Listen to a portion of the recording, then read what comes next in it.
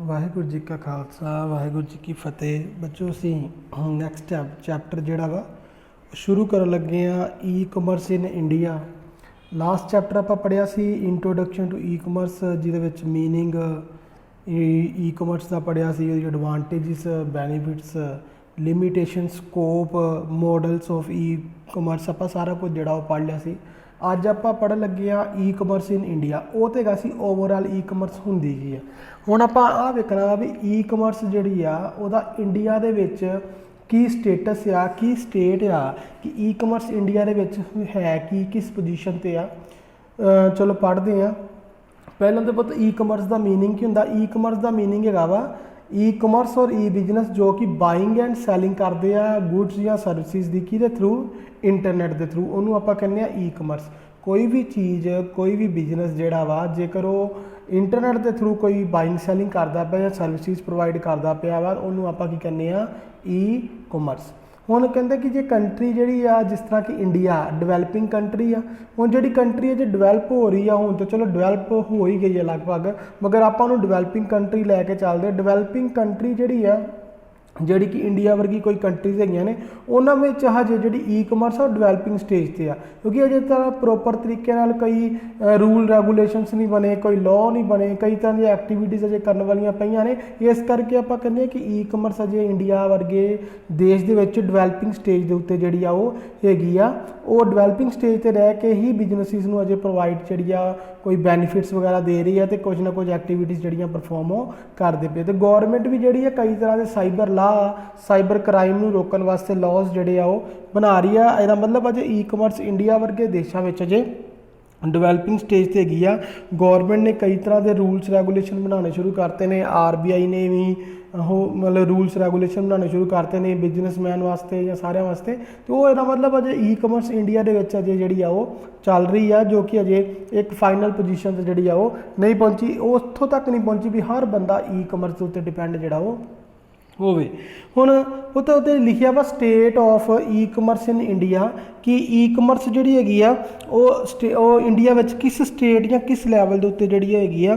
ਕੀ ਆ ਕਿ ਜਿਹੜੀ ਈ ਕਮਰਸ ਜਿਹੜੀ ਆ ਇੰਡੀਆ ਵਿੱਚ ਅਜੇ ਤਾਂ ਕਰਕੇ ਇੰਨੀ ਜ਼ਿਆਦਾ ਸਕਸੈਸਫੁਲ ਨਹੀਂ ਹੋਈ, ਕਿਉਂਕਿ ਜਿਹੜੇ ਇੰਡੀਆ ਦੇ ਲੋਕ ਨੇ ਅਜੇ ਪ੍ਰੋਪਰ ਤਰੀਕੇ ਨਾਲ ਇੰਟਰਨੈਟ ਨੂੰ ਚਲਾਉਣਾ ਜਾਂ ਇੰਟਰਨੈਟ ਦੇ ਉੱਤੇ ਬਹੁਤਾ ਵਿਸ਼ਵਾਸ ਨਹੀਂ ਕਰਦੇ। ਇਸ ਕਰਕੇ ਪ੍ਰੋਪਰ ਤਰੀਕੇ ਨਾਲ ਈ ਕਮਰਸ ਅਜੇ ਜਿਹੜੀ ਆ ਉਹ ਚੱਲਦੀ ਨਹੀਂ। ਉਹਨਾਂ ਨੂੰ ਡਰ ਰਹਿੰਦਾ ਵਾ ਕਈ ਤਰ੍ਹਾਂ ਦੇ ਰਿਸਕ, ਕਈ ਤਰ੍ਹਾਂ ਦੀਆਂ ਮਿਸ ਹੈਪਨਿੰਗਸ ਹੋਣ ਦਾ। ਇਸ ਕਰਕੇ ਅਜੇ ਕਿ ਆਪਾਂ ਜਿਹੜੀ ਜ਼ਿਆਦਾਤਰ ਟ੍ਰਾਂਜੈਕਸ਼ਨ ਜਿਹੜੀਆਂ ਵਾ ਉਹ ਇੰਡੀਆ ਦੇ ਵਿੱਚ ਕੈਸ਼ ਦੇ ਬੇਸ 'ਤੇ ਕੀਤੀਆਂ ਜਾਂਦੀਆਂ ਵਾ, ਔਨਲਾਈਨ ਇੰਟਰਨੈਟ ਦੇ ਬੇਸ 'ਤੇ ਅਜੇ ਘੱਟ ਕੀਤੀਆਂ ਜਾਂਦੀਆਂ ਵਾ। ਇਸ ਕਿਉਂਕਿ ਅਜੇ ਜਿਹੜੇ ਕੰਜ਼ਿਊਮਰਸ ਨੇ ਜਾਂ ਜਿਹੜੇ ਲੋਕ ਨੇ, ਉਹਨਾਂ ਦਾ ਅਜੇ ਪ੍ਰੋਪਰ ਤਰੀਕੇ ਨਾਲ ਵਿਸ਼ਵਾਸ ਜਿਹੜਾ ਉਹ ਨਹੀਂ ਬਣਿਆ। ਮਗਰ ਫਿਰ ਵੀ ਕੁਝ ਐਸੀਆਂ ਚੀਜ਼ਾਂ ਜੋ ਕਿ ਸ਼ੁਰੂ ਕੀਤੀਆਂ ਗਈਆਂ ਈ ਕਮਰਸ ਨੂੰ ਲੋਕਾਂ ਨੂੰ ਧਿਆਨ ਦਿਵਾਉਣ ਵਾਸਤੇ ਜਾਂ ਲੋਕਾਂ ਨੂੰ ਬੈਨੀਫਿਟਸ ਪ੍ਰੋਵਾਈਡ ਕਰਨ ਵਾਸਤੇ, ਲੋਕਾਂ ਦੀ ਈਜ਼ੀਨੈਸ ਵਾਸਤੇ, ਉਹ ਕਿਹੜੀਆਂ ਚੀਜ਼ਾਂ, ਜਿਸ ਤਰ੍ਹਾਂ ਔਨਲਾਈਨ ਸ਼ੋਪਿੰਗ। ਹੁਣ ਔਨਲਾਈਨ ਸ਼ੋਪਿੰਗ ਜਿਹੜੀ ਆ ਉਹਦੇ ਵਾਸਤੇ ਕਈ ਤਰ੍ਹਾਂ ਦੀਆਂ ਵੈਬਸਾਈਟਸ ਜਿਹੜੀਆਂ ਨੇ ਉਹਨੂੰ ਬਣਾਇਆ ਗਿਆ। ਆਪਾਂ ਵੇਖਦੇ ਹੀ ਹਾਂ ਫਲਿੱਪਕਾਰਟ ਆ, ਐਮਾਜ਼ੋਨ ਆ, ਰੈਡੀਫ ਆ, ਕਈ ਤਰ੍ਹਾਂ ਦੀਆਂ ਐਸੀਆਂ ਵੈਬਸਾਈਟਸ ਬਣਾਈਆਂ ਗਈਆਂ ਜਿੱਥੇ ਕਿ ਲੋਕ ਆਪਣੀ ਘਰ ਦੀਆਂ ਚੀਜ਼ਾਂ, ਕੋਈ ਸਮਾਨ, ਕੋਈ ਗਰੋਸਰੀ, ਕੋਈ ਵੀ ਮੈਡੀਸਿਨ, ਕੋਈ ਵੀ ਚੀਜ਼ਾਂ ਜਿਹੜੀਆਂ ਨੇ ਔਨਲਾਈਨ ਸ਼ੋਪਿੰਗ ਦੇ ਥਰੂ ਜਿਹੜੀਆਂ ਉਹ ਖਰੀਦਦੇ ਨੇ। ਕਸਟਮਰ ਜਿਹੜੇ ਨੇ, ਗੌਰਮੈਂਟ ਨੇ ਇਹੋ ਜਿਹੇ ਵੈਬਸਾਈਟਸ ਨੂੰ ਜਿਹੜੀਆਂ ਓਪਰਚੁਨਿਟੀਜ਼ ਦਿੱਤੀਆਂ ਨੇ ਕਿ ਵੱਧ ਤੋਂ ਵੱਧ ਬਿਜ਼ਨਸਿਸ ਜਿਹੜੇ ਉਹ ਬਣਨ ਔਨਲਾਈਨ ਦੇ ਥਰੂ। ਲੋਕ ਆਪਣੇ ਕ੍ਰੈਡਿਟ ਕਾਰਡ, ਡੈਬਿਟ ਕਾਰਡ ਉਹਨਾਂ ਦਾ ਜ਼ਿਆਦਾ ਤੋਂ ਜ਼ਿਆਦਾ ਯੂਜ਼ ਕਰਨ। ਇਹ ਈ ਕਮਰਸ ਜਿਹੜੀ ਆ ਉਹ ਜਿਹੜਾ ਵਾ ਇੰਡੀਆ ਦੇ ਵਿੱਚ ਰਹਿ ਕੇ ਆਪਣਾ ਕੋਈ ਵੀ ਪੂਰੇ ਵਰਲਡ 'ਚੋਂ ਜਿੱਥੋਂ ਵੀ ਕੋਈ ਚੀਜ਼ ਖਰੀਦਣਾ ਚਾਹੁੰਦੇ ਉਹ ਖਰੀਦ ਸਕਣ। ਇੱਥੋਂ ਤੱਕ ਕਿ ਜਿਹੜੀਆਂ ਡੇਲੀ ਨੀਡ ਗੁੱਡਸ ਨੇ, ਵੈਜੀਟੇਬਲ, ਫਰੂਟਸ, ਉਹ ਵੀ ਔਨਲਾਈਨ ਖਰੀਦ ਸਕਣ। ਉਹਦੇ ਵਾਸਤੇ ਕਈ ਤਰ੍ਹਾਂ ਦੀਆਂ ਔਨਲਾਈਨ ਸ਼ੋਪਿੰਗ ਵੈਬਸਾਈਟਸ ਜਿਹੜੀਆਂ ਨੇ ਉਹਨਾਂ ਨੂੰ ਬਣਾਇਆ ਗਿਆ ਵਾ, ਜਿਨ੍ਹਾਂ 'ਤੇ ਈਜ਼ੀਲੀ ਜਿਹੜੀਆਂ ਉਹ ਆਪਣੀ ਗੁੱਡਸ ਨੂੰ ਖਰੀਦ ਸਕਦੇ ਆ। ਜਿਹੜੀਆਂ ਗੁੱਡਸ ਉਹਨਾਂ ਨੂੰ ਪਸੰਦ ਆਉਂਦੀਆਂ ਨਾ, ਉਹਨਾਂ ਨੂੰ ਕਾਰਟ ਦੇ ਵਿੱਚ ਵੀ ਪਾ ਸਕਦੇ ਕਿ ਅਜੇ ਨਹੀਂ ਆਪਾਂ ਲੈਣੀਆਂ, ਆਪਾਂ ਥੋੜ੍ਹੀ ਦੇਰ ਰੋਕ ਕੇ ਲੈਣੀਆਂ, ਮਗਰ ਉਹਨਾਂ ਨੂੰ ਸਿਲੈਕਟ ਕਰਕੇ ਉਹ ਰੱਖ ਸਕਦੇ। ਇਹ ਸਾਰੀ ਓਪਰਚੁਨਿਟੀ ਜਿਹੜੀ ਆ ਲੋਕਾਂ ਨੂੰ ਦਿੱਤੀ ਗਈ ਆ ਇੰਡੀਆ ਵਰਗੇ ਦੇਸ਼ ਦੇ ਵਿੱਚ ਈ ਕਮਰਸ ਵੱਲੋਂ, ਸਰਕਾਰ ਦੀ ਮਦਦ ਦੇ ਨਾਲ, ਕਿ ਨਵੇਂ ਬਿਜ਼ਨਸਿਸ ਜਿਹੜੇ ਨੇ ਉਹਨਾਂ ਨੂੰ ਔਨਲਾਈਨ ਸ਼ੋਪਿੰਗ ਜਿਹੜੀ ਆ ਉਹ ਸ਼ੁਰੂ ਕੀਤੀ ਜਾਵੇ। ਫਿਰ ਉਸ ਤੋਂ ਬਾਅਦ B2B e commerce, business to business e commerce ਜਿਹੜੀ ਆ ਉਹਨੂੰ ਵੀ ਸਟਾਰਟ ਕੀਤਾ ਗਿਆ, ਤਾਂ ਕਿ ਜਿਹੜੇ ਬਿਜ਼ਨਸਿਸ ਨੇ ਇੱਕ ਦੂਜੇ ਦੇ ਨਾਲ ਜਿਹੜੇ ਡਿਪੈਂਡ ਨੇ ਇੱਕ ਦੂਜੇ ਦੇ ਉੱਤੇ, ਉਹ ਹੁਣ ਈਜ਼ੀ ਆਪਣੇ ਬਿਜ਼ਨਸਿਸ ਨੂੰ ਜਿਹੜਾ ਉਹ ਕਰ ਸਕਣ। ਜਿਸ ਤਰ੍ਹਾਂ ਕੋਈ ਬਿਜ਼ਨਸ ਆ ਉਹਦੇ ਵਿੱਚ ਜਿਹੜੀਆਂ ਗੁੱਡਸ ਲੱਗਦੀਆਂ ਉਹ ਅਸੈਂਬਲ ਕਰਕੇ ਫਾਈਨਲ ਗੁੱਡ ਤਿਆਰ ਹੁੰਦੀ ਆ, ਤੇ ਦੂਜੇ ਬਿਜ਼ਨਸਿਸ ਦੇ ਨਾਲ ਉਹਦੇ ਉੱਤੇ ਇੱਕ ਦੂਜੇ ਦੇ ਉੱਤੇ ਡਿਪੈਂਡ ਕਰਨਾ ਪੈਂਦਾ ਵਾ। ਤਾਂ ਡਿਪੈਂਡ ਪਹਿਲਾਂ ਕੀ ਸੀ, ਮੈਨੂਅਲੀ, ਪਹਿਲਾਂ ਫਿਜ਼ੀਕਲੀ ਉੱਥੇ ਜਾਣਾ ਲੈ ਕੇ ਆਉਣਾ। ਹੁਣ ਔਨਲਾਈਨ ਆਰਡਰ ਦੇ ਨੇ, ਔਨਲਾਈਨ ਬਿਜ਼ਨਸ ਇੱਕ ਦੂਜੇ ਨਾਲ ਡੀਲ ਕਰਦੇ ਨੇ, ਪੈਸੇ ਦਾ ਲੈਣ ਦੇਣ ਕਰਦੇ ਨੇ, ਸਾਰਾ ਕੁਝ ਜਿਹੜਾ ਉਹ ਚੱਲਦਾ। ਜਿਸ ਤਰ੍ਹਾਂ ਕਈ ਤਰ੍ਹਾਂ ਦੀਆਂ ਕੰਪਨੀਜ਼ ਨੇ ਇੰਡੀਆ ਵਿੱਚ, ਮਾਰੂਤੀ ਉਦਯੋਗ ਆ, ਬਜਾਜ ਆਟੋ ਆ, ਟੈਲਕੋ ਆ, ਇਹ ਕਈ ਟੈਕਸਟਾਈਲ ਕੰਪਨੀਜ਼ ਨੇ। ਇਹ ਸਾਰੀਆਂ ਜਿਹੜੀਆਂ ਕੰਪਨੀਜ਼ ਨੇ ਐਗਜ਼ਾਮਪਲਸ ਹੀ ਨੇ, ਸਾਰੀਆਂ ਕੰਪਨੀਆਂ ਇੱਕ ਦੂਜੇ 'ਤੇ ਡਿਪੈਂਡ ਕਰਦੀਆਂ ਨੇ, ਕਿਉਂਕਿ ਇਕੱਲੇ ਸਾਰੀ ਚੀਜ਼ ਨਹੀਂ ਬਣਾ ਸਕਦੇ। ਬਿਜ਼ਨਸ ਨੂੰ ਦੂਸਰੇ ਬਿਜ਼ਨਸ ਦੇ ਨਾਲ ਡੀਲ ਜਿਹੜਾ ਉਹ ਕਰਨਾ ਪੈਂਦਾ। ਅਤੇ ਹੁਣ ਉਹ ਜਿਹੜੀ ਡੀਲਿੰਗ ਆ ਪਹਿਲਾਂ ਉਹ ਕਰਦੇ ਹੁੰਦੇ ਸੀ ਫਿਜ਼ੀਕਲੀ ਜਾ ਕੇ, ਅੱਜ ਕੱਲ੍ਹ ਜਿਹੜੀ ਇੰਟਰਨੈਟ ਦੇ ਰਾਹੀਂ ਹੀ ਇੱਕ ਦੂਜੇ ਦੇ ਨਾਲ ਜਿਹੜਾ ਉਹ ਡੀਲ ਕਰ ਲੈਂਦੇ ਨੇ। ਇਹਦੇ ਵਾਸਤੇ ਮਿਨਿਸਟਰੀ ਆਫ ਕਮਰਸ ਨੇ ਵੀ ਕਈ ਨੋਡਲ ਏਜੰਸੀਜ਼ ਬਣਾਈਆਂ ਵਾ, EDI, ਜਿਹਨੂੰ ਇਲੈਕਟ੍ਰੋਨਿਕ ਡਾਟਾ ਇੰਟਰਚੇਂਜ ਕਰਨੇ ਆ। ਇੱਕ ਬਿਜ਼ਨਸ ਦੂਸਰੇ ਬਿਜ਼ਨਸ ਨੂੰ ਆਪਣਾ ਡਾਟਾ ਦੇ ਰਿਹਾ ਵਾ, ਦੂਸਰੇ ਬਿਜ਼ਨਸ ਕੋਲੋਂ ਡਾਟਾ ਲੈ ਰਿਹਾ ਵਾ। ਇਹ ਸਾਰੀਆਂ ਚੀਜ਼ਾਂ ਪੰਜਾਬ ਨੈਸ਼ਨਲ ਬੈਂਕ ਨੇ ਸਭ ਤੋਂ ਪਹਿਲਾਂ EDI ਸਿਸਟਮ ਜਿਹੜਾ ਵਾ ਉਹਨੂੰ ਲਿਆਂਦਾ ਸੀ। ਕਈ ਤਰ੍ਹਾਂ ਦੇ ਬਿਜ਼ਨਸਿਸ ਜਿਹੜੇ ਨੇ ਉਹ ਇਸ ਚੀਜ਼ ਦਾ ਯੂਜ਼ ਕਰਕੇ ਆਪਣੇ ਆਪ ਨੂੰ ਜਿਹੜਾ ਉਹ ਚਲਾ ਰਹੇ। ਇਹ ਵੀ ਤਾਂ ਹੀ ਪੋਸੀਬਲ ਹੋਇਆ ਕਿਉਂਕਿ ਈ-ਕਮਰਸ ਜਿਹੜੀ ਆ ਇੰਡੀਆ ਦੇ ਵਿੱਚ ਉਹ ਆ ਰਹੀ ਆ, ਜਿਹਦੇ ਕਰਕੇ ਬਿਜ਼ਨਸਿਸ ਜਿਹੜੇ ਨੇ ਉਹ ਦੂਜੇ ਬਿਜ਼ਨਸਿਸ ਦੇ ਨਾਲ ਔਨਲਾਈਨ ਇੰਟਰਨੈਟ ਦੇ ਥਰੂ ਹੀ ਆਪਣਾ ਬਿਜ਼ਨਸ ਜਿਹੜਾ ਉਹ ਕਰ ਰਹੇ। ਉਸ ਤੋਂ ਬਾਅਦ ਬਹੁਤ ਆ ਜਾਂਦਾ ਵਾ ਈ-ਸਟੈਂਪਿੰਗ। ਈ-ਸਟੈਂਪਿੰਗ ਦਾ ਮਤਲਬ ਕੀ ਆ, ਜਿਹੜੇ ਗੌਰਮੈਂਟ ਦੇ ਪੇਪਰਸ ਨੇ ਜਿਨ੍ਹਾਂ ਉੱਤੇ ਗੌਰਮੈਂਟ ਦੀ ਸਟੈਂਪ ਲੱਗੀ ਹੁੰਦੀ ਆ, ਜਿਹਨੂੰ ਆਪਾਂ ਅਸ਼ੋਕ ਚਿੰਨ੍ਹ ਕਹਿੰਦੇ ਆ, ਉਹ ਪੇਪਰ 'ਤੇ ਸਟੈਂਪ ਲੱਗੀ ਹੁੰਦੀ ਆ। ਪਹਿਲਾਂ ਕੀ ਹੁੰਦਾ ਸੀ ਕਿ ਉਹ ਪੇਪਰਸ ਨੂੰ ਆਪਾਂ ਬਾਜ਼ਾਰਾਂ 'ਚੋਂ ਲੈਣਾ, ਜਿਸ ਤਰ੍ਹਾਂ ਆਪਾਂ ਮੰਨ ਲਓ ਫੋਰ ਐਗਜ਼ਾਮਪਲ ਰਜਿਸਟਰੀ ਕਰਾਉਂਦੇ ਸੀ, ਅਤੇ ਰਜਿਸਟਰੀ ਕਰਾਉਂਦੇ ਸੀ ਤਾਂ ਸਾਨੂੰ ਰਜਿਸਟਰੀ ਵਾਲੇ ਪੇਪਰ ਜਿਹੜੇ ਜਿਨ੍ਹਾਂ 'ਤੇ ਉੱਤੇ ਸਟੈਂਪ ਲੱਗੀ ਹੁੰਦੀ ਆ, ਰੈਵਨਿਊ ਸਟੈਂਪ, ਉਹ ਲੈ ਕੇ ਅਤੇ ਫਿਰ ਆਪਾਂ ਉਹਨੂੰ ਮਤਲਬ ਕਿ ਕਚਹਿਰੀ ਦੇ ਵਿੱਚੋਂ ਦੀ ਰਜਿਸਟਰੀ ਕਰਾਉਂਦੇ। ਹੁਣ ਉਹ ਜਿਹੜੇ ਪੇਪਰ ਸੀ ਕਈ ਵਾਰੀ ਉਹ ਪੇਪਰ ਗੁੰਮ ਹੋ ਜਾਣਾ, ਪੇਪਰ ਖਰਾਬ ਹੋ ਜਾਣਾ, ਪੇਪਰ ਜਿਹੜਾ ਵਾ ਉਹਦੇ ਉੱਤੇ ਕੋਈ ਨਾ ਕੋਈ ਪ੍ਰੋਬਲਮ ਪੈ ਜਾਣੀ ਉਹਦੇ ਬੇਸ ਦੇ ਉੱਤੇ। ਅਤੇ ਉਹ ਸਾਰੀਆਂ ਚੀਜ਼ਾਂ ਨੂੰ ਖਤਮ ਕਰਨ ਵਾਸਤੇ ਗੌਰਮੈਂਟ ਨੇ ਹੁਣ ਇਲੈਕਟ੍ਰੋਨਿਕ ਸਟੈਂਪਿੰਗ ਸਿਸਟਮ ਜਿਹੜਾ ਉਹ ਸ਼ੁਰੂ ਕਰਤਾ, ਜਿਹਦੇ ਵਿੱਚ ਕੀ ਉਹਨਾਂ ਨੇ stock holding corporation of India limited ਦੇ ਨਾਲ ਐਗਰੀਮੈਂਟ ਜਿਹੜਾ ਉਹ ਕੀਤਾ ਵਾ, ਜਿਹਦਾ ਕੀ ਕੰਮ ਹੈਗਾ ਵਾ ਕਿ ਹੁਣ ਲੋਕ ਜਿਹੜੇ ਨੇ ਉਹਨਾਂ ਨੂੰ ਕੋਈ ਵੀ ਇਨਕਨਵੀਨੀਅੰਸ ਨਾ ਆਵੇ, ਉਹ ਔਨਲਾਈਨ ਹੀ ਸਾਰੀਆਂ ਚੀਜ਼ਾਂ ਨੂੰ ਅਪਲਾਈ ਕਰ ਸਕਦੇ ਆ, ਔਨਲਾਈਨ ਹੀ ਸਾਰੀ ਈ-ਸਟੈਂਪਿੰਗ ਜਿਹੜੀ ਆ ਉਹਨਾਂ ਨੂੰ ਰਿਸੀਵ ਕਰ ਸਕਦੇ ਆ। ਕਈ ਤਰ੍ਹਾਂ ਦੇ ਸੋਫਟਵੇਅਰ, ਕਈ ਤਰ੍ਹਾਂ ਦੇ ਵੈਬਸਾਈਟਸ ਜਿਹੜੀਆਂ ਬਣਾ ਦਿੱਤੀਆਂ ਗਈਆਂ ਜਿੱਥੇ ਤੁਸੀਂ ਉਸ ਚੀਜ਼ ਨੂੰ ਅਪਲਾਈ ਕਰ ਸਕਦੇ ਹੋ ਔਨਲਾਈਨ ਹੀ। ਉਹਨਾਂ ਕੋਲ ਔਨਲਾਈਨ ਹੀ ਈ-ਸਟੈਂਪਿੰਗ ਜਿਹੜੀ ਲੈ ਸਕਦੇ ਹੋ, ਜਿਹਦੇ ਕਰਕੇ ਕੋਈ ਰੈਵਨਿਊ ਨਹੀਂ ਲੋਸ ਹੋਏਗੀ, ਕੋਈ ਪੇਜ ਜਾਂ ਜੋ ਪੇਪਰ ਜਿਹੜੇ ਨੇ ਉਹ ਵੇਸਟ ਨਹੀਂ ਹੁੰਦੇ ਜਾਂ ਖਰਾਬ ਨਹੀਂ ਹੁੰਦੇ ਜਾਂ ਗੁੰਮ ਨਹੀਂ ਹੁੰਦੇ। ਆਪਾਂ ਇੰਟਰਨੈਟ ਦੇ ਰਾਹੀਂ ਸਾਰੀਆਂ ਚੀਜ਼ਾਂ ਜਿਹੜੀਆਂ ਉਹ ਲੈ ਸਕਦੇ ਹਾਂ। ਇਹ ਵੀ ਗੌਰਮੈਂਟ ਨੇ ਜਿਹੜਾ ਉਹ ਸ਼ੁਰੂ ਕਰਤਾ। ਫਿਰ ਉਸ ਤੋਂ ਬਾਅਦ ਈ-ਬੈਂਕਿੰਗ ਇਨ ਰੂਰਲ ਏਰੀਆ, ਈ-ਬੈਂਕਿੰਗ ਇਨ ਰੂਰਲ ਏਰੀਆ ਵੀ ਸ਼ੁਰੂ ਕੀਤਾ ਗਿਆ। ਰੂਰਲ ਦਾ ਮਤਲਬ ਪਿੰਡਾਂ ਦੇ ਵਿੱਚ। ਹੁਣ ਕਈ ਐਸੀਆਂ ਸਟੇਟਾਂ ਆਈਆਂ ਜਿਨ੍ਹਾਂ ਵਿੱਚ ਜਿਹੜਾ ਵਾ ਬੈਂਕ ਖੋਲ੍ਹਣੇ ਜਿਹੜੇ ਬਹੁਤ ਮੁਸ਼ਕਲ ਆ, ਜਿਸ ਤਰ੍ਹਾਂ ਪਹਾੜੀ ਇਲਾਕੇ ਆ, ਹਿਮਾਚਲ ਪ੍ਰਦੇਸ਼ ਵਗੈਰਾ, ਉੱਥੇ ਦੂਰ ਤੱਕ ਲੋਕ ਜਿਹੜੇ ਰਹਿੰਦੇ ਨੇ ਦੂਰ, ਤੇ ਉੱਥੇ ਪਹਾੜਾਂ ਦੇ ਉੱਤੇ ਬੈਂਕ ਖੋਲ੍ਹਣਾ, ਪਾਪੂਲੇਸ਼ਨ ਵੀ ਘੱਟ ਆ, ਉਹ ਬੜੀ ਮੁਸ਼ਕਲ ਸੀ। ਉੱਥੇ ਫਿਰ ਗੌਰਮੈਂਟ ਨੇ ਕੀਤਾ ਈ-ਬੈਂਕਿੰਗ ਸਿਸਟਮ ਜਿਹੜਾ ਸ਼ੁਰੂ ਉਹ ਕਰਤਾ। ਈ-ਬੈਂਕਿੰਗ ਸਿਸਟਮ ਜਿਹੜਾ ਵਾ ਘਰ ਬੈਠੇ ਹੀ ਤੁਸੀਂ ਆਪਣੀ ਬੈਂਕਿੰਗ ਦੇ ਥਰੂ ਕੋਈ ਵੀ ਪੈਸਾ ਮਤਲਬ ਟ੍ਰਾਂਸਫਰ ਕਰਨਾ, ਰਿਸੀਵ ਕਰਨਾ, ਸਾਰਾ ਕੁਝ ਜਿਹੜਾ ਉਹ ਤੁਸੀਂ ਕਰ ਸਕਦੇ ਹੋ। ਫਿਰ ਉੱਥੇ ATM ਵਗੈਰਾ ਲਗਾਏ ਗਏ। ਉਹ ATM ਜਿਹੜੇ ਨੇ ਉਹਨਾਂ ਵਾਸਤੇ ਕੋਈ ਜ਼ਿਆਦਾ ਮਤਲਬ ਤੁਹਾਨੂੰ OTP ਵਗੈਰਾ ਜਾਂ ਇਹ ਸਿਸਟਮ ਦੀ ਜ਼ਰੂਰਤ ਨਹੀਂ। ਉੱਥੇ ਬਾਇਓਮੈਟ੍ਰਿਕ ATM ਜਿਹੜੇ ਲਾਏ ਗਏ ਨੇ, ਜਿਹੜੇ ਕਿ ਤੁਹਾਡੇ ਬਾਇਓਮੈਟ੍ਰਿਕ ਦੇ ਨਾਲ ਹੀ ਤੁਸੀਂ ਉਹਨਾਂ ਦੇ ਵਿੱਚੋਂ ਪੈਸੇ ਜਿਹੜੇ ਆ ਕਢਵਾ ਸਕਦੇ ਹੋ। ਫਿੰਗਰਪ੍ਰਿੰਟ ਜਿਹੜੇ ਆ ਉਹਨਾਂ ਦੇ ਨਾਲ ਤੁਸੀਂ ਪੈਸੇ ਜਿਹੜੇ ਕਢਵਾ ਸਕਦੇ ਹੋ। ਅਤੇ ਇਹਦੇ ਵਿੱਚ ਇੱਕ ਆਹ ਬੈਨੀਫਿਟ ਹੈਗਾ ਸੀ ਕਿ ਕੋਈ ਤੁਹਾਨੂੰ ਸਿਕਿਉਰਿਟੀ ਕੋਡ ਦੀ ਵੇਟ ਕਰਨ ਦੀ ਜ਼ਰੂਰਤ ਨਹੀਂ ਪੈਂਦੀ, ਉਹ ਚੋਰੀ ਹੋਣ ਦਾ ਡਰ ਨਹੀਂ ਰਹਿੰਦਾ, ਕਿਉਂਕਿ ਤੁਹਾਡੇ ਬਾਇਓਮੈਟ੍ਰਿਕ ਤੋਂ ਬਿਨਾਂ ਕੋਈ ਵੀ ਪੈਸੇ ਜਿਹੜੇ ਆ ਉਹ ਨਹੀਂ ਨਿਕਲ ਸਕਦੇ, ਨਾ ਮਿਸਯੂਜ਼ ਹੋ ਸਕਦਾ। ਇਹ ਸਾਰੇ ਸਿਸਟਮ ਜਿਹੜੇ ਆ ਉਹ ਗੌਰਮੈਂਟ ਨੇ ਰੂਰਲ ਏਰੀਆ ਦੇ ਵਿੱਚ ਵੀ ਸ਼ੁਰੂ ਕੀਤੇ।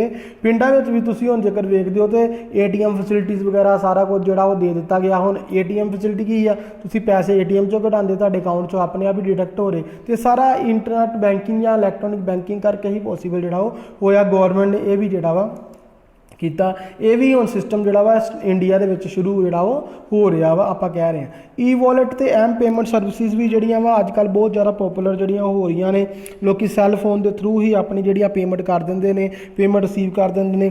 SMS ਰਾਹੀਂ ਆਪਣਾ ਬੈਲੈਂਸ ਜਾਣ ਸਕਦੇ ਨੇ, ਮਿਸ ਕਾਲ ਮਾਰ ਕੇ ਕਿੰਨੇ ਪੈਸੇ ਹੈਗੇ ਨੇ ਅਕਾਊਂਟ 'ਚ, ਕਿੰਨੇ ਨਹੀਂ। ਫਿਰ ਆਪਣੀ ਰਿਸਿਪਟ ਡਾਊਨਲੋਡ ਕਰ ਸਕਦੇ ਨੇ ਕਿ ਜਿਹੜੇ ਪੈਸੇ ਟ੍ਰਾਂਸਫਰ ਕੀਤੇ ਆ, ਕਿੰਨੇ ਕੀਤੇ ਗਏ, ਕਦੋਂ ਕੀਤੇ ਗਏ, ਉਹਦੀ ਰਿਸਿਪਟ ਡਾਊਨਲੋਡ ਕਰਨੀ। ਕਈ ਤਰ੍ਹਾਂ ਦੇ ਸਿਸਟਮ ਜਿਹੜੇ ਆ ਸ਼ੁਰੂ ਕੀਤੇ ਗਏ ਆ ਫਾਈਨੈਂਸ਼ੀਅਲ ਪੇਮੈਂਟ ਸਰਵਿਸਿਜ਼ ਨੂੰ ਲੈ ਕੇ ਗਵਰਨਮੈਂਟ ਦੁਆਰਾ। ਕਈ ਬੈਂਕ ਜਿਸ ਤਰ੍ਹਾਂ ICICI, HDFC, ਐਕਸਿਸ ਬੈਂਕ, ਇਹਨਾਂ ਨੇ ਵੀ ਕਈ ਤਰ੍ਹਾਂ ਦੇ ਇਨਫਰਾਸਟ੍ਰਕਚਰ ਜਿਹੜੇ ਬਣਾਏ ਨੇ ਜਿਨ੍ਹਾਂ ਨੇ E-wallet ਸਰਵਿਸਿਜ਼ ਵਗੈਰਾ ਪ੍ਰੋਵਾਈਡ ਜਿਹੜੀਆਂ ਉਹ ਕੀਤੀਆਂ ਕਿ ਜਿਹੜੇ ਵੀ ਲੋਕ ਨੇ ਆਨਲਾਈਨ ਹੀ, ਜਿਸ ਤਰ੍ਹਾਂ ਆਪਾਂ Paytm ਦੀ ਗੱਲ ਕਰਦੇ ਤਾਂ Paytm E-wallet ਬਣਿਆ ਪਿਆ ਵਾ, ਉਹਦੇ ਵਿੱਚ ਪੈਸੇ ਹੁੰਦੇ ਨੇ, ਆਪਾਂ ਜਿਹਨੂੰ ਟ੍ਰਾਂਸਫਰ ਕਰਨੇ ਆਪਾਂ Paytm ਦੇ ਥਰੂ ਜਿਹੜੇ ਆ ਉਹ ਕਰ ਸਕਦੇ ਆ, Airtel ਮਨੀ ਦੇ ਥਰੂ ਕਰ ਸਕਦੇ ਆ, ਇਹ ਜਾਂ ਮੋਬਾਈਲ ਬੈਂਕਿੰਗ ਦੇ ਥਰੂ ਆਪਾਂ ਕਰ ਸਕਦੇ ਆ। ਇਹ ਸਾਰਾ ਸਿਸਟਮ ਜਿਹੜਾ ਵਾ E-ਕਮਰਸ ਕਰਕੇ ਹੀ ਪੋਸੀਬਲ ਜਿਹੜਾ ਉਹ ਹੋ ਰਿਹਾ। ਇਹਦਾ ਮਤਲਬ ਆਪਾਂ ਕਹਿ ਸਕਦੇ ਵੀ E-ਕਮਰਸ ਇੰਡੀਆ ਦੇ ਵਿੱਚ ਜੇ ਡਿਵੈਲਪਿੰਗ ਜਿਹੜੀ ਆ ਉਹ ਹੋ ਰਹੀ ਆ, ਉਹਦਾ ਇਹ ਸਟੇਟਸ ਆ ਵੀ ਇੱਥੇ E-wallet ਸਿਸਟਮ ਵੀ ਸ਼ੁਰੂ ਜਿਹੜਾ ਉਹ ਹੋ ਗਿਆ। ਫਿਰ ਇਲੈਕਟ੍ਰੋਨਿਕ ਬਿੱਲ ਪੇਮੈਂਟ ਮਸ਼ੀਨਸ ਜਿਹੜੀਆਂ ਲਾ ਦਿੱਤੀਆਂ ਗਈਆਂ। ਇਲੈਕਟ੍ਰੋਨਿਕ ਬਿੱਲ ਪੇਮੈਂਟ ਮਸ਼ੀਨ ਦਾ ਮਤਲਬ ਹੈਗਾ ਕਿ ਪਹਿਲਾਂ ਕਿ ਸਾਨੂੰ ਲੰਬੀਆਂ ਲਾਈਨਾਂ 'ਚ ਖਲੋ ਕੇ ਬਿਜਲੀ ਦਾ ਬਿੱਲ, ਟੈਲੀਫੋਨ ਦਾ ਬਿੱਲ, ਇਹੋ ਜਿਹੀਆਂ ਬਿੱਲ ਜਿਹੜੇ ਪੇ ਕਰਨੇ ਪੈਂਦੇ ਸੀ। ਮਗਰ ਹੁਣ ਜਿਹੜਾ ਜਲੰਧਰ ਜਾਂ ਕਈ ਐਸੇ ਡਿਸਟ੍ਰਿਕਟ ਹੈਗੇ ਨੇ ਪੰਜਾਬ ਦੇ ਵਿੱਚ ਜਿੱਥੇ ਇਹ ਮਸ਼ੀਨਸ ਜਿਹੜੀਆਂ ਲਾ ਦਿੱਤੀਆਂ ਗਈਆਂ, ਜਿੱਥੇ ਕਿ ਮਸ਼ੀਨ ਜਿਹੜੀ ਕੈਸ਼, ਚੈੱਕ, ਡਿਮਾਂਡ ਡਰਾਫਟ ਵਗੈਰਾ ਸਾਰਾ ਕੁਝ ਜਿਹੜਾ ਉਹ ਐਕਸੈਪਟ ਕਰ ਲੈਂਦੀ ਆ। 24 ਘੰਟੇ ਜਾਂ 7 ਡੇਜ਼ ਜਦੋਂ ਮਰਜ਼ੀ ਤੁਸੀਂ ਜਾ ਕੇ ਇਹ ਚੀਜ਼ ਜਿਹੜੀ ਆ ਕਰ ਸਕਦੇ ਹੋ। ਇਹ ਮਸ਼ੀਨ ਜਿਹੜੀ ਇਹਦੇ ਵਿੱਚ ਸੌਫਟਵੇਅਰ ਵਗੈਰਾ ਜਿਹੜੇ ਆ ਬਿਲਡ ਕੀਤੇ ਗਏ ਆ ਜੋ ਕਿ ਫੇਕ ਕਰੰਸੀ ਨੋਟ ਜਾਂ ਗਲਤ ਜੇਕਰ ਡੁਪਲੀਕੇਟ ਕਰੰਸੀ ਨੋਟ ਉਹਨੂੰ ਬਾਹਰ ਕੱਢ ਦੇਗੀ, ਉਹਨੂੰ ਐਕਸੈਪਟ ਨਹੀਂ ਕਰਦੀ ਅਤੇ ਵੇਸਟ ਨਹੀਂ ਕਰਦੇ, ਮਤਲਬ ਹੋਣ ਦਿੰਦੀ ਟਾਈਮ ਤੁਹਾਡਾ। ਤੁਸੀਂ ਇਹਦੇ ਮਸ਼ੀਨ ਦੇ ਥਰੂ ਜਿਸ ਤਰ੍ਹਾਂ ਵੀ ਚਾਹੋ ਆਪਣਾ ਅਕਾਊਂਟ ਨੰਬਰ, ਬਿੱਲ ਨੰਬਰ ਪਾ ਕੇ ਪੇਮੈਂਟ ਜਿਹੜੀ ਆ ਔਨਲਾਈਨ ਸਿਸਟਮ ਦੇ ਥਰੂ ਕਰ ਸਕਦੇ ਹੋ, ਡੈਬਿਟ ਕਾਰਡ ਦੇ ਥਰੂ ਕਰ ਸਕਦੇ ਹੋ, ਕ੍ਰੈਡਿਟ ਕਾਰਡ ਦੇ ਥਰੂ ਕਰ ਸਕਦੇ ਹੋ। ਇਹਦੇ ਵਿੱਚ ਜਿਹੜਾ ਵਾ ਡਰਾਫਟ ਵੀ ਐਕਸੈਪਟ ਕਰ ਲਿੱਤਾ ਜਾਂਦਾ। ਇਹ ਮਸ਼ੀਨਸ ਪੰਜਾਬ 'ਚ ਕਈ ਜਗ੍ਹਾ ਦੇ ਉੱਤੇ ਜਿਹੜੀਆਂ ਉਹ ਲਾ ਦਿੱਤੀਆਂ ਗਈਆਂ। ਇਹ ਵੀ ਤਾਂ ਹੀ ਪੋਸੀਬਲ ਹੋਇਆ ਵਾ, ਹੁਣ ਮਸ਼ੀਨ ਇੱਕ ਜਗ੍ਹਾ 'ਤੇ ਲੱਗੀ ਆ, ਬੈਂਕ ਕਿਤੇ ਆ, ਪੇਮੈਂਟ ਕਿਤੇ ਹੋ ਰਹੀ ਆ, ਕਿਸੇ ਡਿਪਾਰਟਮੈਂਟ ਦੇ, ਬਿਜਲੀ ਡਿਪਾਰਟਮੈਂਟ ਦੇ ਅਕਾਊਂਟ 'ਚ ਪੈਸੇ ਜਾ ਰਹੇ, ਤੇ ਉਹ ਸਾਰਾ ਕੁਝ ਪੋਸੀਬਲ ਕਿਹਦੇ ਕਰਕੇ ਹੋਇਆ ਵਾ? E-ਕਮਰਸ ਕਰਕੇ ਪੋਸੀਬਲ ਜਿਹੜਾ ਉਹ ਹੋਇਆ, ਜਿਹਦੇ ਕਰਕੇ ਇਲੈਕਟ੍ਰੋਨਿਕ ਬਿੱਲ ਪੇਮੈਂਟ ਮਸ਼ੀਨ ਦੇ ਥਰੂ ਵੀ ਪੇਮੈਂਟ ਤੁਸੀਂ ਕਰ ਸਕਦੇ ਹੋ। ਹੁਣ ਰੀਅਲ ਸਟੇਟ ਬਿਜ਼ਨਸਿਸ ਦੇ ਵਿੱਚ ਵੀ ਇੰਟਰਨੈਟ ਜਾਂ E-ਕਮਰਸ ਦਾ ਯੂਜ਼ ਜਿਹੜਾ ਉਹ ਹੋ ਰਿਹਾ ਵਾ। ਅੱਗੇ ਕੀ ਹੁੰਦਾ ਸੀ ਕਿ ਜਦੋਂ ਆਪਾਂ ਕਿਸੇ ਨੇ ਕੋਈ ਪ੍ਰੋਪਰਟੀ ਖਰੀਦਣੀ ਹੈ ਜਾਂ ਬਣਾਉਣੀ ਹੈ, ਪਹਿਲੋਂ ਆਪ ਜਾ ਕੇ ਦੇਖਣਾ, ਕਈ ਵਾਰੀ ਚੀਜ਼ ਪਸੰਦ ਆਣੀ, ਕਈ ਵਾਰੀ ਨਹੀਂ। ਮਗਰ ਹੁਣ ਆਪਾਂ ਘਰ ਬੈਠੇ ਹੀ ਆਪਣੀ ਜਿਹੜੀ ਆ ਪ੍ਰੋਪਰਟੀ ਜਿਹੋ ਜਿਹੀ ਚਾਹੁੰਦੇ ਆ, ਜਿਹੋ ਜਿਹੇ ਮਕਾਨ ਚਾਹੁੰਦੇ ਆ, ਉਹਨਾਂ ਨੂੰ ਨੈੱਟ 'ਤੇ ਸਰਚ ਮਾਰ ਕੇ ਵੱਖਰੀਆਂ ਵੈਬਸਾਈਟਸ ਬਣੀਆਂ ਨੇ, ਉਹਨਾਂ ਵੈਬਸਾਈਟ ਦੇ ਥਰੂ ਉਹਨਾਂ ਨੂੰ ਆਪਾਂ ਸਰਚ ਮਾਰ ਕੇ ਆਪਣੀ ਵਾਸਤੇ ਜਿਹੜਾ ਮਕਾਨ ਲੈਣਾ ਜਾਂ ਕੋਈ ਪ੍ਰੋਪਰਟੀ ਲੈਣੀ ਆ, ਕੋਈ ਰੈਂਟ ਵਾਸਤੇ ਲੋਕੇਸ਼ਨ, ਵਾਸਤੇ ਮਕਾਨ ਲੈਣਾ ਵਾ, ਉਹਦੀ ਲੋਕੇਸ਼ਨ ਫਾਈਂਡ ਕਰਨੀ, ਸਾਰਾ ਕੁਝ ਆਪਾਂ ਘਰ ਬੈਠੇ ਹੀ ਜਿਹੜਾ ਉਹ ਕਰ ਸਕਦੇ ਆ। ਇਹਦੇ ਨਾਲ ਜਿਹੜੀ ਰੀਅਲ ਸਟੇਟ ਬਿਜ਼ਨਸਿਸ ਉਹਨਾਂ ਨੂੰ ਵੀ ਫਾਇਦਾ ਹੋਇਆ ਵਾ ਕਿ ਉਹਨਾਂ ਦੀ ਜਿਹੜੀ ਸੇਲ ਆ ਜਾਂ ਉਹਨਾਂ ਦੀ ਜਿਹੜੀ ਸੇਲ ਪਰਚੇਜ਼ ਆ ਉਹ ਜਿਹੜੀ ਥੋੜ੍ਹੀ ਇਨਕਰੀਜ਼ ਹੋ ਗਈ ਕਿ ਜਿੱਥੋਂ ਤੱਕ ਲੋਕ ਨਹੀਂ ਵੀ ਪਹੁੰਚ ਸਕਦੇ ਸੀ ਇੰਟਰਨੈਟ ਦੇ ਰਾਹੀਂ ਆਪਾਂ ਉਸ ਜਗ੍ਹਾ ਦੇ ਉੱਤੇ ਵੀ ਜਗ੍ਹਾ ਜਿਹੜੀ ਆ ਉਹ ਖਰੀਦ ਸਕਦੇ ਆ। ਹੁਣ ਮੰਨ ਲਓ ਜੇ ਕਿਸੇ ਬੰਦੇ ਨੇ ਕਿਹਾ ਵੀ ਆਪਾਂ ਦਿੱਲੀ 'ਚ ਪਲਾਟ ਲੈਣਾ, ਤਾਂ ਹੁਣ ਪੰਜਾਬ 'ਚ ਰਹਿ ਰਹੇ ਆ, ਦਿੱਲੀ ਜਾਵਾਂਗੇ, ਵੇਖਾਂਗੇ, ਪਸੰਦ ਨਹੀਂ ਆਉਂਦਾ, ਫਿਰ ਵਾਪਸ ਆਵਾਂਗੇ। ਮਗਰ ਆਪਾਂ ਜੇ ਨੈੱਟ ਦੇ ਥਰੂ ਵੇਖਦੇ ਹਾਂ ਤਾਂ ਆਪਾਂ ਭਾਵੇਂ ਦਿੱਲੀ 'ਚ ਵੇਖੀਏ, ਬੰਬੇ 'ਚ ਵੇਖੀਏ, ਪੂਰੇ ਵਰਲਡ 'ਚ ਜਿੱਥੇ ਮਰਜ਼ੀ ਵੇਖੀਏ, ਆਪਾਂ ਕੋਈ ਵੀ ਜਗ੍ਹਾ ਜਿਹੜੀ ਆ ਉਹਨੂੰ ਫਾਈਂਡ ਕਰਕੇ, ਉਹਦੀ ਲੋਕੇਸ਼ਨ ਫਾਈਂਡ ਕਰਕੇ ਆਪਾਂ ਨੂੰ ਵੇਖ ਸਕਦੇ ਆ। ਇਹ ਵੀ ਪੋਸੀਬਲ ਕਿਹਦੇ ਕਰਕੇ ਹੋ ਰਿਹਾ ਵਾ? E-ਕਮਰਸ ਕਰਕੇ। ਤਾਂ ਮਤਲਬ ਇੰਡੀਆ ਵਿੱਚ E-ਕਮਰਸ ਜਿਹੜੀ ਆ ਉਹਦਾ ਕਹਿ ਵੀ ਸਟੇਟਸ ਹੈਗਾ ਵਾ ਵੀ ਉਹ ਜਿਹੜਾ ਵਾ E-ਕਮਰਸ ਦੇ ਵਿੱਚ ਰੀਅਲ ਸਟੇਟ ਬਿਜ਼ਨਸ ਵੀ ਜਿਹੜਾ ਉਹ ਚੱਲ ਰਿਹਾ। ਫਿਰ ਅੱਗੇ ਆ ਗਿਆ E-ਗਵਰਨੈਂਸ। E-ਗਵਰਨੈਂਸ ਦਾ ਮਤਲਬ ਹੈ ਗੌਰਮੈਂਟ ਦੀ ਸਾਈਟਸ ਨੇ ਜਿਹੜਾ E-ਗਵਰਨੈਂਸ, ਜਿਹਦੇ ਵਿੱਚ ਕਿ ਕਈ ਤਰ੍ਹਾਂ ਦੀਆਂ ਇਲੈਕਟ੍ਰੋਨਿਕ ਰਿਕਾਰਡ ਪਏ ਨੇ ਕਿ ਗੌਰਮੈਂਟ ਦੇ ਨੈਗੋਸ਼ੀਏਬਲ ਇੰਸਟਰੂਮੈਂਟਸ ਕਿਹੜੇ ਨੇ, ਇਮੂਵੇਬਲ ਪ੍ਰੋਪਰਟੀ ਕਿਹੜੀ ਆ, ਪਾਵਰ ਆਫ ਅਟਾਰਨੀ। ਫਿਰ ਉਹਦੇ ਵਿੱਚ ਗੌਰਮੈਂਟ ਦੇ ਨਾਲ ਸਾਰੇ ਜਿੰਨੇ ਵੀ ਡਿਪਾਰਟਮੈਂਟ ਆਉਂਦੇ ਨੇ ਉਹਨਾਂ ਸਾਰਿਆਂ ਦੀ ਡਿਟੇਲ ਦਿੱਤੀ ਜਾਂਦੀ ਆ, ਉਹਨਾਂ ਦੇ ਮਿਨਿਸਟਰਸ ਕਿਹੜੇ ਆ, ਕਾਹਦਾ ਕੰਮ ਕਰਦੇ ਆ। ਫਿਰ ਜੇਕਰ ਕੋਈ ਵੀ ਇਨਫੋਰਮੇਸ਼ਨ ਆਪਾਂ ਚਾਹੁੰਦੇ ਹਾਂ, ਜਿਸ ਤਰ੍ਹਾਂ right to information, IT act ਆ, ਕੋਈ ਵੀ ਇਨਫੋਰਮੇਸ਼ਨ ਚਾਹੁੰਦੇ E-ਗਵਰਨੈਂਸ ਦੇ ਥਰੂ ਆਪਾਂ ਅਪਲਾਈ ਕਰਕੇ ਆਪਾਂ ਸਾਰੀਆਂ ਉਹ ਚੀਜ਼ਾਂ ਪਤਾ ਕਰ ਸਕਦੇ ਹਾਂ। ਕੋਈ ਆਪਾਂ ਲਾਇਸੈਂਸ ਲੈਣਾ ਵਾ, ਕੋਈ ਆਪਾਂ ਪੇਪਰ ਸਬਮਿਟ ਕਰਾਉਣਾ ਵਾ, ਕੋਈ ਫੀਸ ਪੇ ਕਰਨੀ, ਤੇ E-ਗਵਰਨੈਂਸ ਦੀ ਸਾਈਟ ਦੇ ਉੱਤੇ ਜਾ ਕੇ ਆਪਾਂ ਕਰ ਸਕਦੇ ਹਾਂ। ਪਹਿਲਾਂ ਸਾਨੂੰ ਲੰਬੀਆਂ ਲਾਈਨਾਂ 'ਚ ਲੱਗਣਾ ਪੈਂਦਾ ਸੀ, ਆਫਿਸਿਸ 'ਚ ਜਾਣਾ ਪੈਂਦਾ ਸੀ ਅਪਲਾਈ ਕਰਨ ਵਾਸਤੇ, ਮਗਰ ਹੁਣ ਸਾਨੂੰ ਇਹੋ ਜਿਹੀ ਕੋਈ ਵੀ ਪ੍ਰੋਬਲਮ ਜਿਹੜੀ ਆ ਉਹ ਨਹੀਂ ਆਉਂਦੀ। ਆਪਾਂ E-ਗਵਰਨੈਂਸ ਦੀ ਸਾਈਟ ਖੋਲ੍ਹ ਕੇ ਉੱਥੋਂ ਸਾਰੀ ਚੀਜ਼ ਜਿਹੜੀ ਆ ਉਹ ਚੈੱਕ ਕਰ ਸਕਦੇ ਆ, ਅਪਲਾਈ ਜਿਹੜਾ ਉਹ ਕਰ ਸਕਦੇ। ਇਹ ਵੀ ਤਾਂ ਹੀ ਪੋਸੀਬਲ ਆ ਕਿਉਂਕਿ E-ਕਮਰਸ ਜਿਹੜੀ ਇੰਡੀਆ ਦੇ ਵਿੱਚ ਉਹ ਆ ਚੁੱਕੀ ਹੈ ਤੇ ਉਹ ਡਿਵੈਲਪਿੰਗ ਸਟੇਜ ਦੇ ਵਿੱਚ ਚੱਲ ਰਹੀ। ਫਿਰ ਅੱਗੇ recognisation to digital signature. Digital signature ਦਾ ਮਤਲਬ ਬਹੁਤ ਪਤਾ ਕੀ ਆ ਕਿ ਇਲੈਕਟ੍ਰੋਨਿਕ ਸਿਗਨੇਚਰ ਆਪਾਂ ਕਹਿ ਦਿੰਦੇ ਆ। ਪਹਿਲਾਂ ਸਿਗਨੇਚਰ ਹੁੰਦੇ ਸੀ ਆਪਾਂ ਬਾਏ ਹੈਂਡ ਚੈੱਕ ਦੇ ਨਾਲ ਕਰਦੇ ਸੀ, ਉਹਨਾਂ ਨੂੰ ਚੇਂਜ ਕੀਤਾ ਜਾ ਸਕਦਾ ਸੀ, ਕਾਪੀ ਕੀਤਾ ਜਾ ਸਕਦਾ ਸੀ, ਉਹ 'ਚ ਪ੍ਰੋਬਲਮ ਆਉਂਦੀ। ਮਗਰ ਜਿਹੜੀ E-ਕਮਰਸ ਦੇ ਥਰੂ ਹੁਣ ਡਿਜੀਟਲ ਸਿਗਨੇਚਰ, ਹੁਣ ਇੱਕ ਬੰਦੇ ਨੇ ਦਿੱਲੀ ਕੋਈ ਚੀਜ਼ ਮੰਨ ਲਓ ਸਾਈਨ ਕਰਨੇ ਆ, ਤੇ ਜੇ ਦਿੱਲੀ ਕਿਸੇ ਪੇਪਰ 'ਤੇ ਸਾਈਨ ਕਰਨੇ ਤੇ ਆਪ ਜਾ ਕੇ ਸਾਈਨ ਕਰਨੇ ਪੈਣੇ। ਮਗਰ ਜੇ ਡਿਜੀਟਲ ਸਿਗਨੇਚਰ ਹੈਗੇ ਤਾਂ ਡਿਜੀਟਲ ਸਿਗਨੇਚਰ ਜਿਹੜੇ ਆ ਆਪਾਂ ਜਿੱਥੇ ਮਰਜ਼ੀ ਜਿਹੜਾ ਵਾ ਜਿਹੜੇ ਮਰਜ਼ੀ ਡਾਕੂਮੈਂਟ 'ਤੇ ਸਾਈਨ ਕਰਕੇ ਆਪਾਂ ਦੇ ਸਕਦੇ ਆ। ਇਹਨਾਂ ਆਪਾਂ ਯੂਜ਼ ਕਰ ਸਕਦੇ, ਇਹਦੀ ਰਿਕੋਗਨਾਈਜੇਸ਼ਨ ਬਣਾਤੀ। ਇਹਨਾਂ ਦਾ ਬੈਨੀਫਿਟ ਇਹ ਆ ਵੀ ਇਹਦੇ ਵਿੱਚ ਚੋਰੀ ਹੋਣਾ ਜਾਂ ਡੁਪਲੀਕੇਟ ਸਾਈਨ ਹੋਣੇ ਜਾਂ ਕਾਪੀ ਹੋਣਾ, ਉਹ ਸਾਈਨਾਂ ਦੀ ਪ੍ਰੋਬਲਮ ਜਿਹੜੀ ਹੈ ਸਾਰੀ ਉਹ ਖਤਮ ਹੋ ਗਈ। ਪ੍ਰਾਈਵੇਸੀ ਜਿਹੜੀ ਆ ਉਹ ਬਣੀ ਰਹਿੰਦੀ ਆ, ਕੌਨਫੀਡੈਂਸ਼ੀਅਲਿਟੀ ਬਣੀ ਰਹਿੰਦੀ ਆ। ਇਹ 'ਚ ਮਤਲਬ ਗਲਤ ਯੂਜ਼ ਹੋਣਾ ਸਾਈਨਾਂ ਦਾ ਜਿਹੜਾ ਵਾ ਉਹ ਬਹੁਤ ਘਟ ਗਿਆ। ਰਿਕੋਗਨਾਈਜੇਸ਼ਨ ਜਿਹੜੀ ਆ ਹੋਣੀ ਸ਼ੁਰੂ ਹੋ ਗਈ। ਤੇ ਇਹ ਵੀ ਇੱਕ ਤਾਂ ਹੀ ਪੋਸੀਬਲ ਹੋਇਆ ਵਾ ਕਿਉਂਕਿ ਈ-ਕਮਰਸ ਇੰਡੀਆ ਦੇ ਵਿੱਚ ਜਿਹੜੀ ਆ ਉਹ ਆ ਚੁੱਕੀ ਆ। ਤੁਸੀਂ ਪੁੱਤ ਅਜੇ ਤੱਕ ਈ-ਕਮਰਸ ਇਨ ਇੰਡੀਆ ਦਾ ਮੀਨਿੰਗ ਕੀ ਆ ਤੇ ਕੀ ਸਟੇਟ ਆ ਈ-ਕਮਰਸ ਆਫ ਇੰਡੀਆ, ਕਿਸ ਤਰ੍ਹਾਂ ਦੀ ਸਟੇਜ ਦੇ ਉੱਤੇ ਹੈਗੀ ਆ ਇਸ ਟਾਈਮ ਦੇ ਉੱਤੇ, ਉਹ ਸਾਰੀਆਂ ਚੀਜ਼ਾਂ ਤੁਸੀਂ ਪੜ੍ਹ ਲਈਆਂ। ਇਹਨੂੰ ਪੜ੍ਹੋ ਚੰਗੀ ਤਰ੍ਹਾਂ।